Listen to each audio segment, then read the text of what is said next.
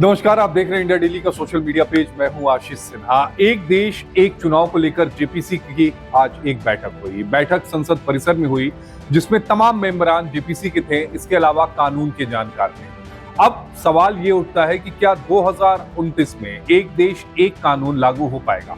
अब इसको लेकर जेपीसी की तरफ से अपनी रिपोर्ट बनाने की जो कवायद है उसमें तेजी आ चुकी है।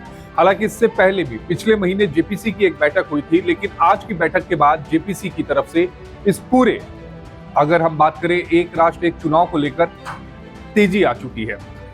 इंडिया डेली को सूत्रों ने बताया है, जेपीसी के एक सूत्र ने बताया है कि 17 मई से देश के अलग अलग राज्यों में जेपीसी का जो दौरा होगा वो शुरू होगा। 17 और 18 मई को जेपीसी की जो टीम होगी वो महाराष्ट्र में रहेगी, जहां पर वो सभी स्टॉक होल्डर के साथ मुलाकात करेगी, जिसमें राजनीतिक पार्टियां होंगी, इसके अलावा बड़े नेता होंगे, इसके अलावा जो फेमस जो पर्सनालिटी हैं वो भी सारी होंगी। और उसके बाद ये उत्तराखंड, जम्मू कश्मीर, चंडीगढ़, पंजाब और उसके बाद देश के अलग अलग हिस्सों में जेपीसी की जो टीम है, जो सदस्य हैं, वो वहां के स्टेक होल्डर के साथ मुलाकात करेंगे। अब इसकी जरूरत क्यों आन पड़ी उसको भी समझाना और बतलाना आपके लिए बेहद जरूरी है।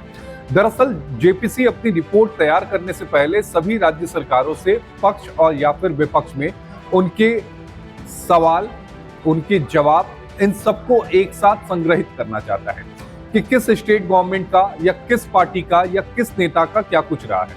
इसके अलावा इंडिया डेली को सूत्रों ने यह भी बताया है कि आने वाले समय में जेपीसी एक अलग से एक पोर्टल बनाएगी। इस पोर्टल में लोगों से सुझाव लिए जाएंगे। इससे पहले भी हमने देखा है कि जब वक्त संशोधन कानून बनाया गया था, उस समय भी जेपीसी की तरफ से एक पोर्टल बनाया गया था जिसमें लोगों से सुझाव लिए गए थे। 97 लाख से ज्यादा जो सुझाव हैं वो अलग अलग माध्यमों से जेपीसी के समक्ष आए थे, चाहे वो ईमेल के माध्यम से हो, व्हाट्सएप के माध्यम से हो, खत के माध्यम से हो, मैसेजेस के माध्यम से हो, सबने अपनी अपनी राय दी थी। अब इसी कवायद में जेपीसी ये चाहती है कि एक हम पोर्टल बनाए जिसमें लोग अपनी राय को रख सकें। सभी राज्य सरकारों से मिलना क्यों जरूरी है, ये भी समझना आपके लिए बेहद जरूरी है। दरअसल चूंकि यहाँ पर कानून में बदलाव करना है, इसलिए संसद में 2/3 की जो मेजॉरिटी है वो सरकार को चाहिए होगी। आज की तारीख में संसद में अगर हम लोकसभा की बात करें तो बीजेपी के पास 292 जो है वो सांसद हैं। 2/3 की अगर हम बात करें तो उसके लिए 364 सांसदों की जरूरत होगी। यानी एनडी गठबंधन के जो घटक दल हैं उनके बिना समर्थन के संसद में, चाहे लोकसभा हो चाहे राज्यसभा हो, इन दोनों में ये बिल पास हो ही नहीं सकता, क्योंकि 2/3 के बहुमत की जरूरत है।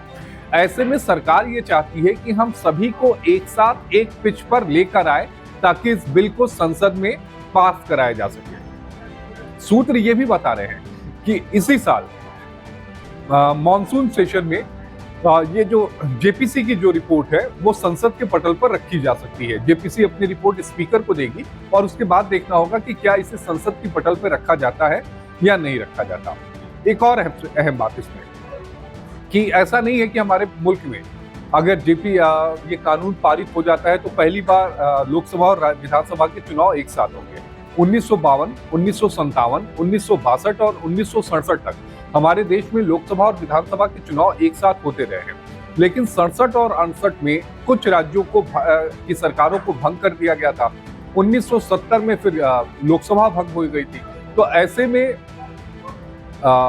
जो एक साथ एक चुनाव की जो बात थी उसके बाद वो टूट गई। हालांकि इससे पहले भी इलेक्शन कमीशन कई बार ये कह चुका है कि देश में एक साथ चुनाव कराए जाने चाहिए। लॉ कमीशन की रिपोर्ट और पूर्व राष्ट्रपति रामनाथ कोविंद की रिपोर्ट, इन दो रिपोर्ट में भी इस बात का जिक्र किया गया है कि देश में एक साथ एक चुनाव लोकसभा और विधानसभा के कराए जा सकते हैं। जहां तक रही बात नगर निकाय चुनाव की, तो 100 दिनों के बाद, यानी लोकसभा और राज्यसभा के चुनाव कराने के बाद, विधानसभा के 100 दिनों के बाद नगर निगम के चुनाव कराए जा सकते हैं। बहरहाल जेपीसी अलग अलग राज्यों का दौरा करेगी, सभी स्टेक होल्डर के साथ मुलाकात करेगी। तब देखना यह होगा कि जेपीसी की तरफ से अपने फाइनल रिपोर्ट में क्या कुछ कहा जाता है। इस वीडियो में अभी के लिए इतना ही। बहुत बहुत शुक्रिया।